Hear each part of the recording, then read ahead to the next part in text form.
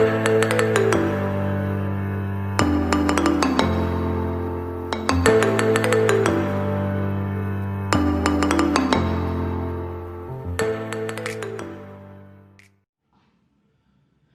Everyone, this is RG. Welcome back to our YouTube channel. So basically chapter number चल रहा है 3 periodic table and उसमें हम periodic trends में atomic radius पे थे। फाइन, कल हमने एटॉमिक रेडियस का ट्रेंड पढ़ लिया था कि लेफ्ट से राइट क्या होता है, टॉप से बॉटम क्या होता है, बाय 3 वेरी सिंपल डेफिनेशंस की कोवेलेंट रेडियस क्या होता है, मेटेलिक रेडियस क्या होता है एंड वंडरवॉल रेडियस क्या होता है। आज हम बेसिकली रेडियस इसमें फोर्थ टाइप करेंगे जो एक्चुअली में एटॉमिक रेडियस तो नहीं है पर फिर भी इसके क्वेश्चन बहुत ज्यादा फेमस है।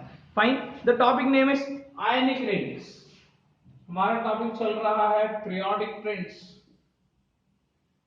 इसमें आज का हमारा टॉपिक है आयनिक radius. Fine, so after completing the ionic radius हम ये भी देखेंगे कि कौन कौन से ऐसे फैक्टर्स हैं जो एटॉमिक रेडियस को इफेक्ट करते हैं। फाइन, एंड इसमें कुछ एक्सेप्शंस भी बाकी हैं, तो हमने कल भी बात करी थी कि एटॉमिक रेडियस इज अ लंबा टॉपिक। फाइन, तो चलेगा काफी, कोई दिक्कत नहीं है। So will start with the ionic radius.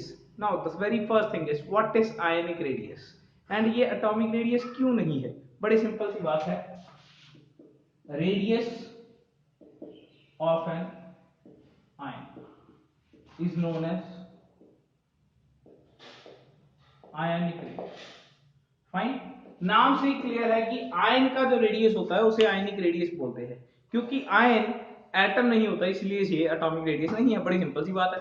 Fine, तो आयन बेसिकली कैसे बनता है, तो बड़ा सिंपल सा फंडा है कि एटम या तो इलेक्ट्रॉन लूज करता है या इलेक्ट्रॉन गेन करता है। एटम अपने आप को स्टेबल बनाने के लिए, देखिए हर एटम न्यूट्रल तो होता है पर स्टेबल नहीं होता, यानी कि उसके बाहर 8 इलेक्ट्रॉन्स नहीं होते, उसका ऑक्टेट हर एटम का कंप्लीट नहीं होता। तो अपने 8 पूरे करने के लिए या तो वो इलेक्ट्रॉन देता है या वो इलेक्ट्रॉन लेता है। अगर तो वो इलेक्ट्रॉन देता है तो वो बेसिकली बन जाता है केटायन। जैसे आपने एग्जांपल पढ़ा होगा, सोडियम का नंबर होता है 11, सोडियम एक इलेक्ट्रॉन देता है जिससे ये बेसिकली 2,8 बन जाता है। ये पहले 2,8,1 था। क्लियर? तो प्लस वाली चीज बन जाना यानी कि आपने इलेक्ट्रॉन दे रखा है, आप बन गए हो केटायन। क्लियर? एंड अगर आपने इलेक्ट्रॉन गेन कर लिया है तो आप बन जाओगे एनायन। अगर आप इलेक्ट्रॉन गेन कर रहे हो देन आप क्या बन जाते हो, एनायन। बड़ा सिंपल सा फंडा है कि like half of chlorine is taking an electron and becomes chlorine minus। यहां अगर हम देखें, देखो Cl2 की फॉर्म में रहता है क्लोरीन, अकेला क्लोरीन होता नहीं है। फाइन, तो हाफ ऑफ Cl2 मतलब एक क्लोरीन ही है जिसका कॉन्फ़िगरेशन है 287, और ऐसा करके ये बेसिकली 288 हो जाएगा बिकॉज ये एक इलेक्ट्रॉन ले रहा है। एवरीबॉडी वांट्स कि उसकी आखिरी में 8 आ जाए, that is known as octet rule, है ना। कोई दिक्कत नहीं, तो आपने छोटी क्लासेस में भी पढ़ा होगा। तो बड़ा सिंपल सा फंडा है कि एटम या तो इलेक्ट्रॉन लूज करता है या इलेक्ट्रॉन गेन करता है। अगर वो लूज कर रहा है तो केटायन बन जाता है, गेन करता है तो एनायन बन जाता है। Now we need to read the orders of cationic radiuses and anionic radiuses, यानी कि हमें इनके रेडियस यानी कि केटायंस के रेडियस एंड एनायन के रेडियस के बारे में बात करनी है। फाइन, कि केटायन बनने से रेडियस को क्या फर्क पड़ता है, एनायन बनने से रेडियस को क्या फर्क पड़ता है, एंड नोट डाल के रखेंगे क्योंकि ये वाले क्वेश्चन बहुत ही ज्यादा इंपॉर्टेंट है एंड बहुत ही ज्यादा बार पूछे गए हैं। फाइन, तो starting with the radius of the cations, let's have it. So next topic is comparison of the radius of cation with the atomic radius, यानी कि cation का कंपैरिजन करना है atomic radius के साथ। देखिए बड़ा सिंपल सा फंडा है। सपोज हम एक एटम ले लेते हैं, वही एटम ले लेते हैं जिसकी अभी अभी हमने बात करी थी, दैट इज सोडियम। ठीक है ना, ये हमने ले लिया है एटम एंड इसका ले लेते हैं हम केटायन। Cation is Na+। ये बंदा एक इलेक्ट्रॉन देके क्या बन जाता है, Na+। कोई दिक्कत? दोनों के अंदर इलेक्ट्रॉन्स की बात करते हैं। यहां नंबर ऑफ इलेक्ट्रॉन्स कितने हैं, 11। यहां नंबर ऑफ इलेक्ट्रॉन्स कितने हैं, 10, बिकॉज ये बंदा एक इलेक्ट्रॉन दे चुका है। देखिए केटायन एक ऐसी चीज होती है जो इलेक्ट्रॉन्स दे चुका होता है, ठीक है ना। फाइन, प्रोटॉन्स की बात करते हैं। यहां प्रोटॉन्स कितने हैं, 11, पर यहां प्रोटॉन्स कितने हैं, यहां भी 11 ही है। बिकॉज केटायन बनने के लिए आप प्रोटॉन थोड़ी ना दान करते हो, आप सिर्फ और सिर्फ इलेक्ट्रॉन्स दान करते हो, यानी कि आपके प्रोटॉन्स का काउंट तो सेम ही है। अब इसको दो तरीकों से समझा जा सकता है, ठीक है ना, यानी कि बड़ा सिंपल सा फंडा है, बीच में न्यूक्लियस है एंड बाहर क्या है, इलेक्ट्रॉन, ठीक है ना। आपकी ये पावर तो 11 है एंड ये लोग गिनती में क्या है, यहां पे तो 11 ही है। एंड एक और फंडा है जिसमें बीच में क्या है, न्यूक्लियस, बाहर क्या है, इलेक्ट्रॉन, अंदर पावर क्या है 11, बाहर खींचने वाली चीजें क्या है 10। आप खुद सोचो, थोड़ा सा कॉमन सेंस लगाएंगे, है ना। बीच में 11 पावर है जिसको खींचना है, ठीक है ना। जो चीज अपना अट्रैक्शन लगा रही है वो चीज कितनी है, 11 है, यहां पे भी 11 है, यहां पे भी 11 है। अब जिस चीज को खींचना है वो बाहर 10 है यहां पे, एंड यहां पे क्या है 11। आप खुद सोच के देखो कब अंदर वाली चीज ज्यादा अच्छे से खींच लेगी, खुद सोचो। बड़ी सिंपल सी बात है, ये बीच में मैग्नेट रखी हुई है, आप इसे इस तरीके से मान सकते हैं, बीच में मैग्नेट रखी हुई है, बाहर आयरन लेयर्स पड़े हैं, ठीक है ना। कब वो मैग्नेट ज्यादा पावर दिखा देगी, बिल्कुल यहां दिखा देगी। क्यों, यहां बाहर जिसको खींचना है वो लोग 10 ही हैं। अरे यार बड़ी सिंपल सी बात है, आप अंदर लोग 11 हो, बाहर लोग 10 हैं, आप एक बार में आपको इनको खींचना है, एंड दूसरे केस में आप अंदर भी 11 हो, बाहर भी 11 हो, अब उनको खींचना है। कब खींचना आसान है, डेफिनेटली जब बाहर लोग कम है, बिकॉज जितने कम होंगे आप उतनी ज्यादा पावर लगा दोगे और आसानी से खींच लोगे। वरना सीधा सोचो यार, हम स्लेटर्स रूल पढ़ के आए हैं, 2 लेक्चर पहले हमने स्लेटर्स रूल पढ़ा है, एंड स्लेटर्स रूल में हमने देखा जितने ज्यादा इलेक्ट्रॉन होंगे बाहर वो उतनी ज्यादा एक दूसरे को रिपल्शन करेंगे। जितनी ज्यादा रिपल्शन करेंगे तो क्या वो न्यूक्लियस को उतनी पावर से खींचने देंगे, नहीं खींचने देंगे। क्या वो न्यूक्लियस को उतनी पावर से खींचने देंगे, नहीं खींचने देंगे। क्यों, बिकॉज बाहर रिपल्शन ज्यादा हो जाएगी। अब यहां अगर नंबर ऑफ इलेक्ट्रॉन्स ही बाहर क्या है, कम है, अगर यहां पे नंबर ऑफ इलेक्ट्रॉन्स बाहर क्या है, कम, तो जिसके कारण न्यूक्लियस क्या है, ज्यादा इफेक्टिव हो जाएगा। तो मैं कह सकता हूं अगर नंबर ऑफ इलेक्ट्रॉन्स यहां कम है तो यहां Z इफेक्टिव क्या हो जाएगा, बढ़ जाएगा। अगर यहां पे Z इफेक्टिव बढ़ जाएगा तो साइज क्या हो जाएगा, कम हो जाएगा। न्यूक्लियस की पावर बढ़ गई है, इफेक्टिव न्यूक्लियर चार्ज बढ़ गया है। Are you understanding it. Nuclear charge तो उतना ही है 11, पर इफेक्टिव न्यूक्लियर चार्ज बढ़ गया बिकॉज बाहर इलेक्ट्रॉन्स कम होने के कारण अब रिपल्शंस कम हो गए हैं। बड़ा सिंपल सा फंडा है। मैं वो न्यूक्लियस हूं जिसको आपको 11 लोगों के डाउट लेने हैं, ठीक है ना। जैसे हमने स्लेटर्स रूल में बात करी थी, बाहर कितने लोग हैं जो एक्चुअली मेरे को मतलब अर्नब का डाउट नहीं लेने दे रहे, है ना, वैसे भी बात कर लेते हैं। अब मैं वो बंदा हूं जिसकी 11 पावर है और उसको 11 बंदों के डाउट लेने हैं, और मैं वो बंदा हूं जिसकी 11 पावर है जिसको 10 बंदों के डाउट लेने हैं। बताओ कब मैं ज्यादा सेटिस्फाई करा सकता हूं, डेफिनेटली जब वो कम होंगे, ठीक है ना। 10 होंगे तो मैं ज्यादा टाइम लगा सकता हूं, ज्यादा ध्यान दे सकता हूं, ज्यादा फोकस कर सकता हूं। बड़ी सिंपल सी बात है, ठीक है ना। तो 11 प्रोटॉन्स अगर 11 इलेक्ट्रॉन्स को खींचेंगे तो उतनी ताकत से नहीं खींच पाएंगे जितनी ताकत में यहां खींच लेंगे। यहां ताकत ज्यादा लगेगी न्यूक्लियस की, न्यूक्लियस की ताकत ज्यादा लगेगी, मतलब इफेक्टिव न्यूक्लियर चार्ज क्या है, ज्यादा, जेड इफेक्टिव क्या है, ज्यादा, तो साइज क्या हो गया, कम। एक तो ये तरीका है। एक और भी तरीका है, अगर हम देखें तो इसमें तो शेल 3 ही है ना। क्यों, because what is the configuration here, 2 8 1। पर यहां पे अगर हम देखें शेल कितने आ रहे हैं, 2 ही आ रहे हैं, बिकॉज 10 की अगर इलेक्ट्रॉनिक कॉन्फ़िगरेशन बनाएंगे ये आएगा 2,8। अरे यहां तो शेल 3 है और यहां शेल क्या है, 2। किसका साइज छोटा आना चाहिए, डेफिनेटली इसका साइज क्या आना चाहिए, छोटा। पर यार जरूरी नहीं है ना कि शेल वाला फंडा हर जगह लग रहा हो, ठीक है ना। चलो यहां तो लकीली लग रहा है कि यहां 3 से 1 इलेक्ट्रॉन निकल गया, 2 शेल रह गए, ठीक है ना। पर हर बार शेल कम हो जाए ये जरूरी नहीं है। केटायन की केस में ये बात हर बार जरूरी नहीं है, पर एक बात पक्का जरूरी है कि अगर केटायन होगा तो वो इलेक्ट्रॉन कम हो जाएंगे। अगर इलेक्ट्रॉन कम हो जाएंगे तो इफेक्टिव न्यूक्लियर चार्ज बढ़ जाएगा। अगर Z इफेक्टिव बढ़ जाएगा, अंदर न्यूक्लियस का पावर बढ़ जाएगा, तो वो ज्यादा खींचेगा, इसके कारण साइज छोटा हो जाएगा। तो मैं कह सकता हूं कि atomic radius is always greater than के टाइनिक radius.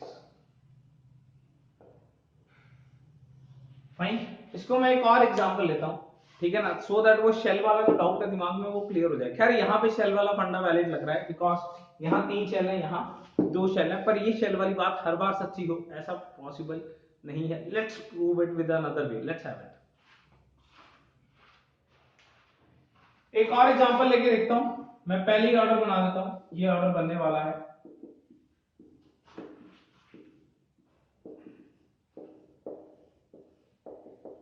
I'm just taking a random configurations, ठीक है ना।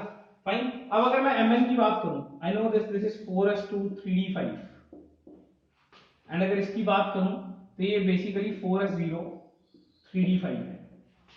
अगर इसकी बात करूं तो ये 4s0 3d3 है एंड अगर इसकी बात करूं तो ये 4s0 एक्चुअली में 3d भी क्या है 0, ठीक है ना। एंड इन सब के आगे आर्गन जितना कॉन्फ़िगरेशन सेम है।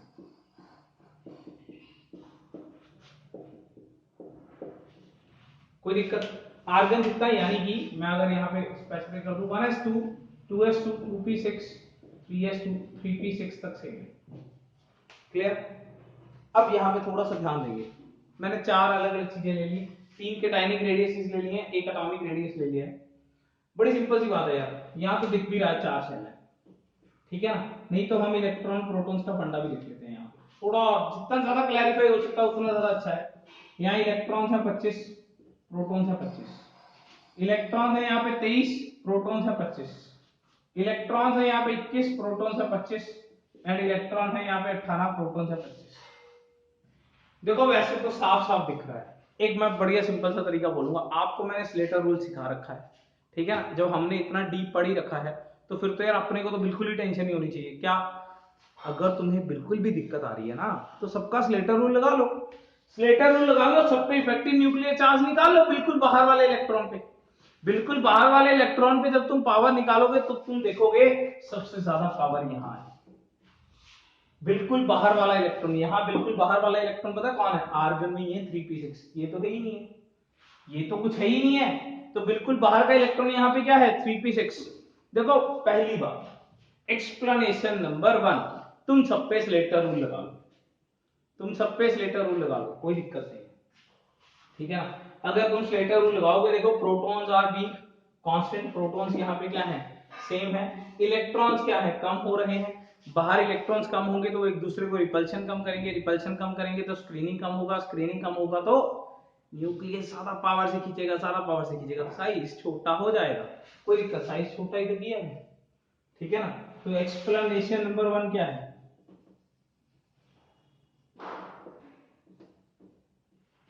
इलेक्ट्रॉन्स कम होंगे तो स्क्रीनिंग कम होगी, स्क्रीनिंग कम होगी तो Z स्टार ज्यादा होगा, Z स्टार ज्यादा होगा तो साइज कम हो जाएगा। This is explanation number 1। अगर इलेक्ट्रॉन्स कम है, प्रोटॉन सेम है, प्रोटॉन सेम है, इलेक्ट्रॉन्स कम है तो स्क्रीनिंग कम होगी, स्क्रीनिंग कम है तो Z स्टार ज्यादा हो जाएगा, Z स्टार ज्यादा है तो साइज कम हो जाएगा, बस जितनी पावर से खींचेंगे उतना साइज क्या हो जाएगा छोटा, कोई दिक्कत, कोई भी दिक्कत।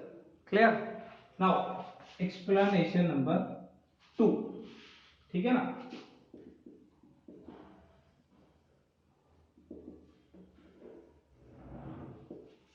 एक्सप्लेनेशन नंबर 2 हमारी है कैजुअल एक्सप्लेनेशन। फाइन, सबके प्रोटॉन सेम है, बीच की पावर सेम है, बाहर जिनको खींचना है वो क्या है कम, यानी कि प्रोटॉन्स सेम, इलेक्ट्रॉन्स डिक्रीजिंग, अगर इलेक्ट्रॉन्स डिक्रीजिंग है, ठीक है ना, तो अट्रैक्शन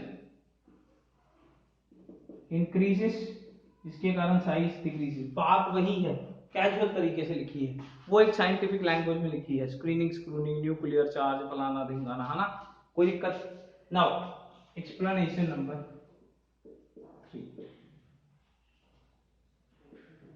देखो हर जगह हर चीज ही लगती होती है, अगर आप इन दोनों को कंपैरिजन करोगे, यहां चौथा शेल है, यहां नहीं है, यहां 4 शेल्स हैं, यहां 3 ही शेल्स हैं,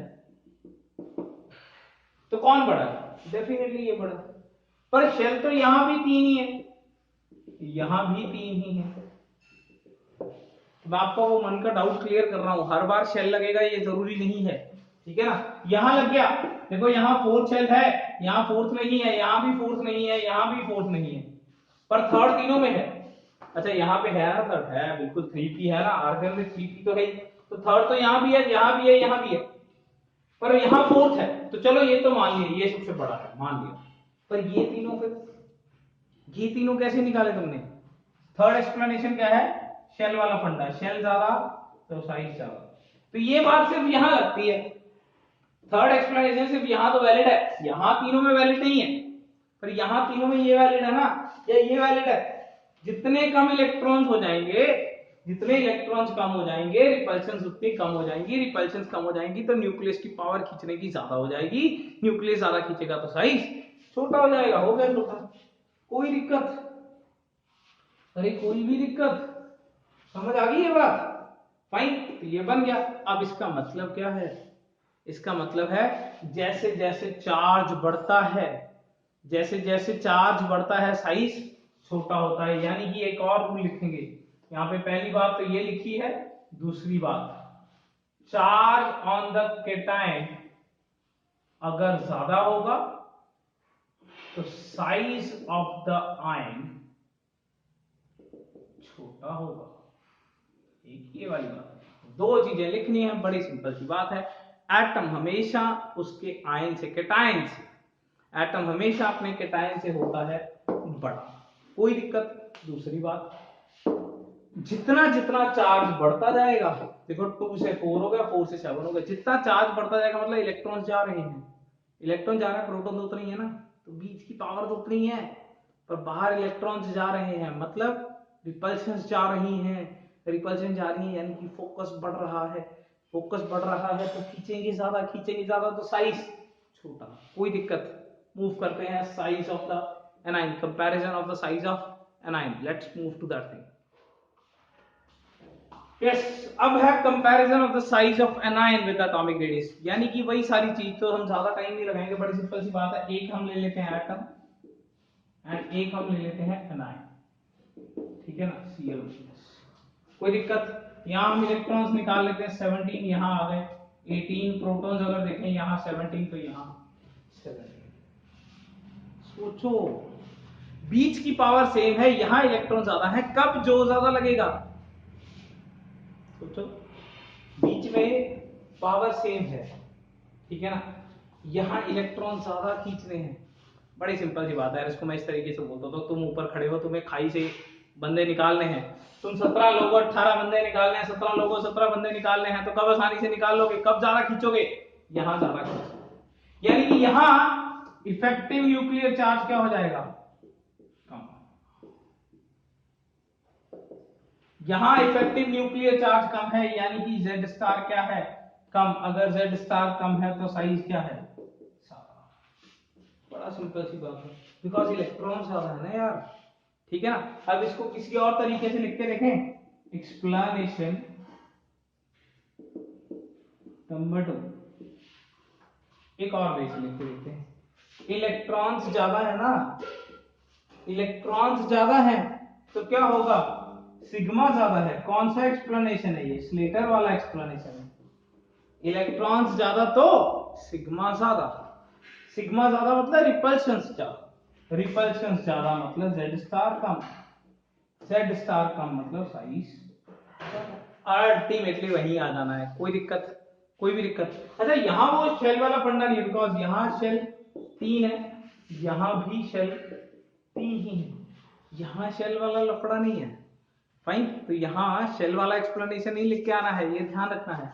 यहां भी शेल 3 है, यहां भी शेल 3 है, पर क्या कहेंगे कि 17 प्रोटॉन 17 इलेक्ट्रॉन को जितनी ताकत से खींच सकते हैं, 17 प्रोटॉन 18 इलेक्ट्रॉन्स को उतनी ताकत से नहीं खींच सकते। इसका मतलब नहीं खींच सकते तो रिलेटिवली साइज क्या रहेगा? बड़ा। यहां ज्यादा अट्रैक्शन है तो साइज छोटा हो जाएगा, जबकि यहां एक नया एक्स्ट्रा इलेक्ट्रॉन आने के कारण रिपल्शंस बढ़ेंगे, ठीक है ना। ये एक्स्ट्रा इलेक्ट्रॉन जो है जिसके कारण रिपल्शंस बढ़ेंगे, रिपल्शंस बढ़ेगा तो साइज बढ़ेगा, क्योंकि रिपल्शन बढ़ेगा इसका मतलब अट्रैक्शन कम हो जाएगा, अट्रैक्शन कम हो जाएगा तो साइज बढ़ेगा। कोई दिक्कत? इसका मतलब एक बात दिमाग में बिठा लेनी है कि अनायनिक रेडियस जो होता है वो एटॉमिक रेडियस से क्या होता है, बड़ा। अनायनिक रेडियस जो होता है वो एटॉमिक रेडियस से क्या होता है, बड़ा। नाउ हम इसको एक और एक्सप्लेनेशन से करके देखते हैं। Fine, let's have it. So let's have another example. This is another example, oxygen, oxygen -1, oxygen -2. Clear? तो बड़ा सिंपल सा फंडा है। यहाँ इलेक्ट्रॉन्स कितने हैं, 8, यहाँ 9, यहाँ 10। एंड प्रोटॉन्स यहाँ 8, यहाँ भी 8 एंड यहाँ भी 8। तीनों केसेस में प्रोटॉन्स है सेम, बिकॉज अब तक हम यार एटम ही सेम लेके चल रहे हैं, उसी का आयन बना रहे हैं और कुछ कर ही नहीं रहे हैं, ठीक है ना। इसके बाद हम केसेस लेंगे जिसमें प्रोटॉन्स बदलेंगे, पर यहां तक के लिए हमारे पास प्रोटॉन्स क्या है, सेम। यहां इलेक्ट्रॉन्स कितने हैं, 8, यहां इलेक्ट्रॉन्स है 9, यहां इलेक्ट्रॉन्स है 10। तो बड़ा सिंपल सा फंडा है यार कि इलेक्ट्रॉन्स बढ़ रहे हैं, इधर जाते हुए इलेक्ट्रॉन्स बढ़ रहे हैं तो सिग्मा बढ़ रहा है, सिग्मा बढ़ रहा है तो जेड स्टार कम हो रहा है। जितने इलेक्ट्रॉन ज्यादा होंगे उतना रिपल्शन ज्यादा होगा, जितना रिपल्शन ज्यादा होगा उतना इफेक्टिव न्यूक्लियर चार्ज कम हो जाएगा, जितना इफेक्टिव न्यूक्लियर चार्ज कम हो जाएगा उतना साइज ज्यादा हो जाएगा, और जितना कम खींचेंगे उतना साइज बड़ा हो जाएगा। कोई दिक्कत? इसका मतलब सबसे बड़ा चार्ज साइज किसका है, ये साइज का ऑर्डर ये आ गया। तो यहां पे एक और बात क्या लिखेंगे जो उसमें लिखी थी कि चार्ज ऑन द एनायन जितना ज्यादा होगा साइज ऑफ एनायन उतना ही ज्यादा होगा। जितना चार्ज ऑन द एनायन ज्यादा होगा उतना साइज ऑन द एनायन ज्यादा होगा। कोई दिक्कत? Is that thing clear? एक बात ध्यान रखनी है, अनायनिक हमेशा एटम से बड़ा होता है। क्यों? बिकॉज अनायन में एक्स्ट्रा इलेक्ट्रॉन्स होते हैं, अनायन में एक्स्ट्रा इलेक्ट्रॉन्स होते हैं, तो वो एक्स्ट्रा इलेक्ट्रॉन के कारण रिपल्शन बढ़ते हैं, रिपल्शन बढ़ता है तो साइज बढ़ता है, क्योंकि उतना ज्यादा न्यूक्लियस नहीं खींच पाता। क्लियर? दूसरी बात, जितना ज्यादा चार्ज होगा, जितना ज्यादा चार्ज होता जाएगा उतना बेसिकली उतने एक्स्ट्रा इलेक्ट्रॉन्स, उतनी ज्यादा रिपल्शन, उतना इफेक्टिव न्यूक्लियर चार्ज डाउन, उतना साइज अप। कोई दिक्कत? क्लियर? तो जितना चार्ज ज्यादा होगा, जितना चार्ज ज्यादा होगा, यानी कि चार्ज ज्यादा का मतलब क्या है, सोचो ये मेरे पास एक ऑक्सीजन था, उसमें एक इलेक्ट्रॉन डाला तो और बड़ा हो गया। देखो, can you feel this? Are you understanding this? This is oxygen, एक इलेक्ट्रॉन, एक इलेक्ट्रॉन, समझ रहे हो? अल्टीमेटली जैसे इलेक्ट्रॉन डाल रहे हैं रिपल्शन बढ़ रहे हैं और बढ़ रहे हैं, तो साइज क्या हो रहा है, बड़ा। कुछ इस तरीके से समझने की जरूरत है। कैटायन हमेशा छोटा होता है, आयन हमेशा बड़ा होता है। Now let's take an example जिसमें इलेक्ट्रॉन सेम है पर प्रोटॉन्स का फर्क है। क्लियर? यानी कि अब तक तो हमने एग्जांपल्स किए जिसमें प्रोटॉन सेम है, इलेक्ट्रॉन्स बदल रहे हैं। लेट्स टेक अनदर एग्जांपल जिसमें प्रोटॉन्स अलग अलग हैं, इलेक्ट्रॉन सेम है, यानी कि for isoelectronic species, and this is very important, this is very important. Let's have it.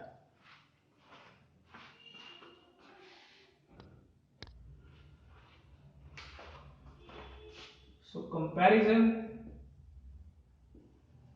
of size of isoelectronic species.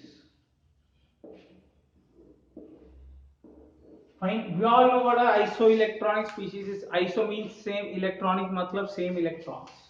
Fine, तो मैं कुछ एग्जांपल लिखता हूं, यानी कि ये सेम इलेक्ट्रॉन स्पीशीज है। Fine, I have some example. N-3 oxygen -2, fluorine -1 that's neon, sodium +1, magnesium +2 and aluminium +3. Suppose we have these elements, सबके अगर हम इलेक्ट्रॉन्स निकालें, देखिए नाइट्रोजन में 7 होते हैं, 3 और ले रखे हैं, यानी कि 10 10 10 10 10 10 10। सबके नंबर ऑफ इलेक्ट्रॉन्स कितने हैं, 10। But if we talk about protons, this is 7 8 9 10 11 12 13। कोई दिक्कत? समझ पा रहे हो? ये उल्टा केस है। इलेक्ट्रॉन्स, पहले इलेक्ट्रॉन्स बदले हुए थे, इसमें प्रोटॉन्स बदले हुए हैं। इलेक्ट्रॉन सबके 10 है, यानी कि हमें खींचना तो सेम लोगों को है, पर अंदर की जो पावर है वो बदल रही है। ये तो बहुत समझना आसान है। बाहर सेम 10 इलेक्ट्रॉन्स को खींचना है, अंदर की पावर बदल रही है। कब ज्यादा खींचोगे, जब 7 पावर होगी या जब 13 पावर होगी? ऑब्वियसली यार ये तो बच्चा बच्चा बता सकता है, 13 पावर। जब बीच में न्यूक्लियस की पावर ज्यादा होगी तो वो ज्यादा खींचेगा, यानी कि इसका साइज सबसे छोटा है। तो ये कुछ इस तरीके से ही ऑर्डर फॉलो होगा। फाइन, अब इसको दूसरे तरीके से करके देखें। ये एटम है, ये कैटायन है, ये एनायन। एनायन एटम से बड़ा होता है, एटम कैटायन से बड़ा होता है। एंड जैसे जैसे कैटायन का चार्ज बढ़ेगा साइज छोटा होगा। कैटायन में क्या होता है, चार्ज बड़ा साइज छोटा। एंड एनायन में क्या होता है, चार्ज बड़ा साइज। कोई दिक्कत, कोई भी दिक्कत, बहुत ही सिंपल फंडा है। इलेक्ट्रॉन सबके सेम है, बाहर सबको सेम चीज को खींचना है, पर जो अंदर की पावर है, न्यूक्लियस की पावर है, यहाँ 7 है सपोज, यहाँ 13 है, तो बड़ा सिंपल सा। वैसे तो यार ये सिर्फ प्रोटॉन से लिखे हैं, इफेक्टिव न्यूक्लियर चार्ज निकालना होता है, पर कोई बात नहीं, रैंडमली फिगर लिया जा सकता है। दिस इज 7, दिस इज 13, तो कौन ज्यादा खींचेगा? ऑब्वियसली जिसके पास पावर ज्यादा वही ज्यादा खींचेगा। जब बाहर सेम चीजों को ही खींचना है, बाहर तो 10 ही है। देखो अगर तो ये एटम्स का कंपैरिजन होता तब तो बात अलग होती, ठीक है ना। एटॉमिक कंपैरिजन तो हम कल कर चुके हैं कि कौन बड़ा होता है कौन छोटा, पर ये आयनिक कंपैरिजन है। आयनिक कंपैरिजन में नंबर ऑफ इलेक्ट्रॉन सेम है, प्रोटॉन्स बदल रहे हैं। इलेक्ट्रॉन सेम है, प्रोटॉन्स बदल रहे हैं, तो जिसके प्रोटॉन ज्यादा उसका साइज छोटा, क्योंकि जिसके प्रोटॉन ज्यादा उसने ज्यादा खींच लिया होगा। कोई दिक्कत? Fine. So this is all about the ionic radius. Fine. तो आपको मेरे को आंसर करना है कि Fe+2 और Fe+3 में किसका साइज बड़ा होता है। फाइन। एंड सल्फर -2 में एंड क्लोरीन -1 में, दोनों में से किसका साइज बड़ा होता है। फाइन। तो ये दो answer I am awaiting for these 2 answers in the comment section. हम आगे बढ़ते हैं, the factors affecting atomic radius को समराइज करते हैं। कौन कौन से ऐसे फैक्टर्स हैं जो एटॉमिक रेडियस को समराइज करते हैं, बिकॉज एक्सेप्शंस ही हम सिर्फ कल के लेक्चर में आगे कंटिन्यू करने वाले हैं। फैक्टर्स आज ही डन कर लेते हैं। Let's have the factors affecting the atomic radius. Next is factors affecting atomic radius, yani we are going to summarize what we have done in the 2 lectures. Fine. So the very first is effective nuclear charge. तो बड़ा ही simple सा फंडा है, atomic radius is inversely related to effective nuclear charge. Fine. Because बड़ा simple सा फंडा है, जितना न्यूक्लियर चार्ज ज्यादा होगा, अट्रैक्शन उतनी ज्यादा होगी, तो हमारा साइज रेडियस उतना छोटा आएगा। क्लियर? नाउ मूव करते हैं सेकंड थिंग पे, यानी कि स्क्रीनिंग। फाइन। सो बड़ा ही सिंपल सा फंडा है कि एटॉमिक रेडियस स्क्रीनिंग पे क्या करता है, डायरेक्टली डिपेंड करता है। स्क्रीनिंग कांस्टेंट यानी कि सिग्मा। बिकॉज स्क्रीनिंग मतलब क्या है, रिपल्शन। जितनी ज्यादा रिपल्शन होगी साइज उतना क्या हो जाएगा, बड़ा हो जाएगा। फाइन। क्योंकि जितना ज्यादा रिपल्शन से अट्रैक्शन उतना कम हो जाएगा, तो साइज रिलेटिवली क्या हो जाएगा, बड़ा हो जाएगा। तीसरी चीज है नंबर ऑफ शेल्स, ठीक है ना। एंड ये तो पक्का पक्का ही सीधा सीधा है, एटॉमिक रेडियस या size directly proportional to number of shells. बहुत ही सिंपल है। तो किसी का एक सेल है, उससे बढ़िया है कि उसके पास 2 सेल है तो और बड़ा हो जाएगा, 3 है तो और बड़ा हो जाएगा, 4 है तो और बड़ा हो जाएगा। तो जितने ज्यादा नंबर ऑफ सेल्स होंगे उतना ज्यादा एटॉमिक रेडियस आएगा। क्लियर?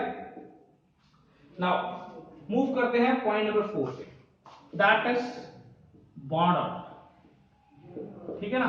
बॉन्ड ऑर्डर होता है 2 एटम्स के बीच का बॉन्ड की गिनती, ठीक है ना। नंबर ऑफ बॉन्ड्स, पहले मैं इसको समझा देता हूं। This is number of bonds between 2 atoms. तो मैं एक वैसे बता देता हूं, एटॉमिक साइज जो होता है या रेडियस बॉन्ड ऑर्डर के क्या होता है, इनवर्सली प्रोपोर्शनल। फाइन। जैसे N N, N double N, N triple, ये एन एन के बीच में एक बॉन्ड है, ये एन एन के बीच में 2 बॉन्ड है, ये एन एन के बीच में 3 बॉन्ड है। इसको मैं बड़ा फनी स्पेस से बताता था।